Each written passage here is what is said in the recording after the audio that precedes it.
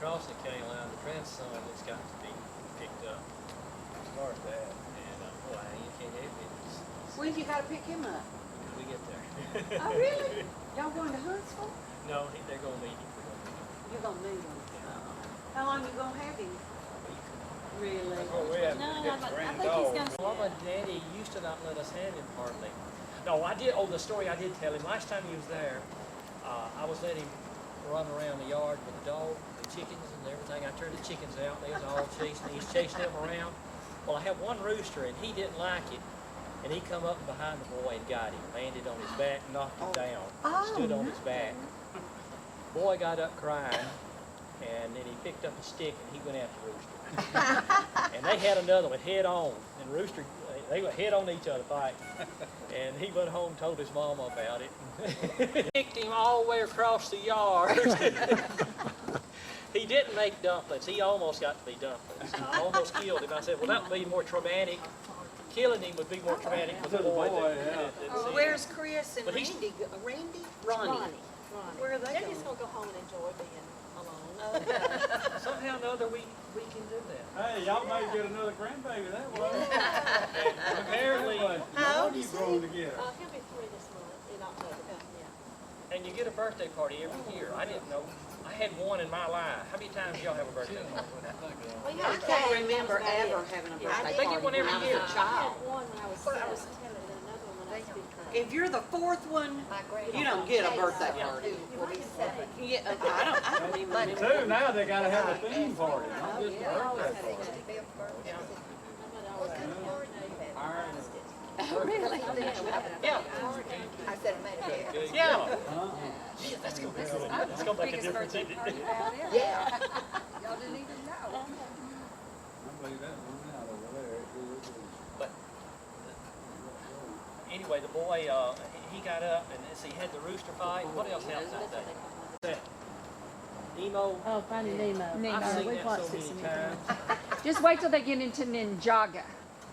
Well, Anybody's grandkids in the Ninjaga? Kids are. That's all he touched. That and the cars. movie, The cars. whatever. Ninjaga You are gotta keep Lego watching, just hide. Ninja Warriors. They're Legos. Their That- hands are like this. You know, like how can you do anything when you got these little hands like that? That's Patrick's. Oh, He yeah. just started taking some type Oh, of yeah. karate Uh-huh. recently. So is Levin. He's taking some kind of martial arts. 4th grade on Friday the 13th, unlucky. I fell in an outdoor toilet.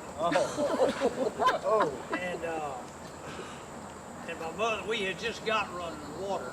We had a bathroom in the house, but I wasn't for that. That's the reason I fell in. And Mama was out washing the yard with her hose, and I wanted to wash me off, you know. No, she wouldn't, and I talked smart to her. And she gave me a whipping, the school bus left.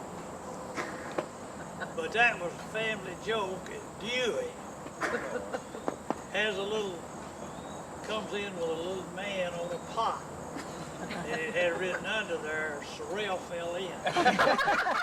So they could put it up on what we call a whatnot. When somebody would come, they say, well, what's this about Sorrel falling in? So that's your daddy. That making sounds it like work. him, doesn't it? Well, did you fall in butt first or head first? Or What how happened? did you fall in? You won't get bored. It was full, and Oh, Lord. and I didn't want it splattering up on me. I get up on my tissues, Slip. slip and go. It could have been worse. And when y'all they lived in Clay County, the man that lived next door to them, the name was Mayo, and he would work in some of the lead mines there, and every weekend he'd come in and get drunk, and he'd beat his family up, beat his wife up, all these kids. She would come out to y'all's house, wouldn't she? Come out the house. And by the way, she married the mayor of, one of his daughters married the mayor of Heflin. She got out of that mess. And Ku Klux came to visit him. Him out. They missed him twice. Huh? First time they just whooped him, Yeah. and the next time they whooped him, he never left the house. This was the same clan that Hugo Black was in. This was white man. He wasn't a black man. He was a white man. Yeah, I knew a man who was in the Klan with Hugo Black. Mr. Bryan out there, Mr. Thad Bryan, and he still had his Klan robe. Really? But he was in the Klan with Hugo Black. Now, who's Hugo Black? Justice. Oh, Justice of the. Oh. He left Iceland and went to the state senate. Did he ever come back? No. After he came He to us? came to our church one time after he was real old, and very few people went over and greeted him at church. Liberal. Yeah. Very What, unpopular. Hugo came back? Yeah, he One was time. visiting, you know, he was related. But he was a to the KKK. Tories. When Bunyan told him Oh, he was over here, Yeah, after he got his that's when he politics. came back. He had a lot to do with the desegregation Yeah. in the late 50s, early 60s. Okay. I should know that since I was in history. Well, he was Roosevelt's man. That's why Roosevelt That's right. made him justice, and then he just did what the president wanted. You think the political connections go all the way back to our past governor? From there? I don't think so. He didn't get along with Washington. I mean, were not given money like a lot of kids, but he didn't sell eggs. Anything to get elected. I know. Rags His together. granddad, Heston, Houston. Houston. He was big into clothes, but he had clothing business. Yeah. They You didn't didn't get want to go in there. No. You didn't get that. Like, you couldn't get out without buying something. Well, if you were poor, they Which sold one you. was that? Mr. Eustace, right? That's sad. Yeah. He gave. He gave her land.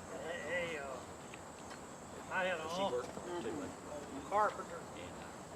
And He went to Tampa. Uncle Pascal went to Tampa to live, and they had a preacher that was running a revival,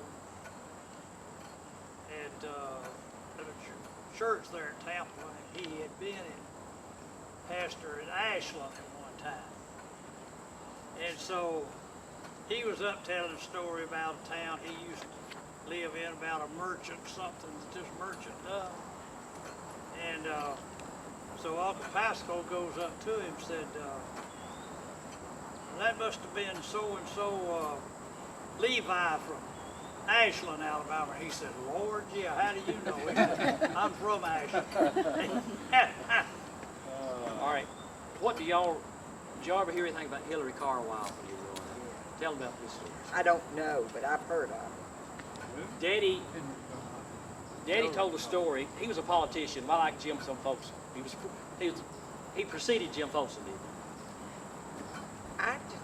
I think he was just local. he? Okay. What I understand is he went through town riding an ox, pulling the wagon, and when he was going to ride that, if he got elected, he was going to ride that ox and wagon all the way down to Montgomery, and when he got to town, he was going to barbecue it. Well, he got elected, and he rode the ox outside of town. They put it on a big truck and carried it down to Montgomery, and he barbecued it down there then. And he was telling the story, Daddy told a story that Carwile had gone out to, somebody had gone out to Texas to buy some mules to bring back. And the guy he was buying the mules from said about some kind of big revival going on out there. Yeah. So he went out there and he went to it and said the preacher was Hillary Carwile preaching. And said he was just tearing the woods up, and said preacher, this guy said he had to go out to him, and they had the altar call. He went to the altar, walked up to Hillary Carwile, and he saw him. He says, "Keep your damn mouth shut. I got a good thing going." That's what he said. We got a famous Carlisle barbecue place here. About Mama, she got kind of Alzheimer's there at the end. And she could remember kind of up to about the time she got married.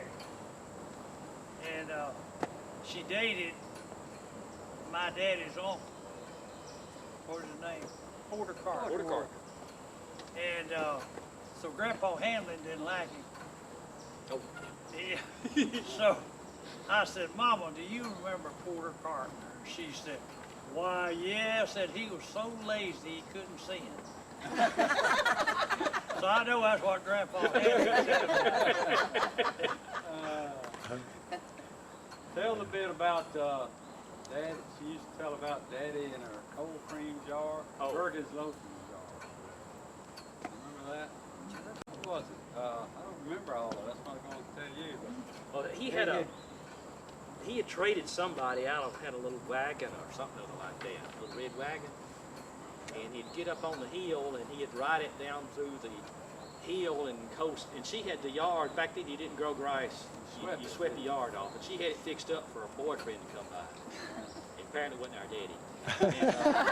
And Dewey come right there at the last minute. He come riding down through the middle of the yard, if I understand it right, and did something out of a NASCAR race or something, messed up the yard. She was mad, so the next day, she hid his wagon in the woods, and he couldn't find it for a long time. And so she had some kind of cream that. yeah, it was the Jergens lotion. Yeah. And he put kerosene in. Buttermilk. Buttermilk. Ponds. Yeah, probably Pond's cold cream. Yeah. Yeah. That's been around a while. Yeah. And he poured out half of it and put buttermilk Okay. in the rest of it. So She put it next on. time she used it, it didn't work so well. We found Mom and Dad's love letters. They dated 4 months. They had known each If other that a lot. long. Tell the story. You read the letter. Apparently, they had been knowing each other for a good while, but she was dating Porter, and W.R. didn't want to beat his uncle's time, so he was sort of backing off because Porter had said he had set his couch for Grace, and he was going to marry Grace. Well, Porter never told Grace that. Anyway, so after a while, they had dated a while, and then Grace and Porter sort of cooled things off, and Porter's told Willie Roy that he was through going to see Grace, that, he didn't think it was going to work out between them. And so Willie Roy hightailed it over there to see Grace, and they started writing letters. And he would go every Sunday to church with her because he knew if he went to church with her, he'd go home and visit that afternoon. So he'd hitch a ride with whoever was heading toward her place to visit her on Sunday afternoons. And they wrote letters all during the week.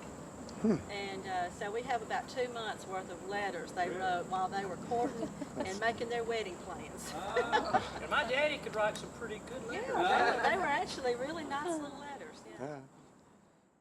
When upon life's billows you are tempest-tossed, when you are discouraged, thinking all is lost, count your many blessings, name them one by one, and it will surprise you what the Lord hath done.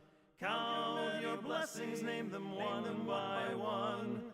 Count your blessings, see what God hath done.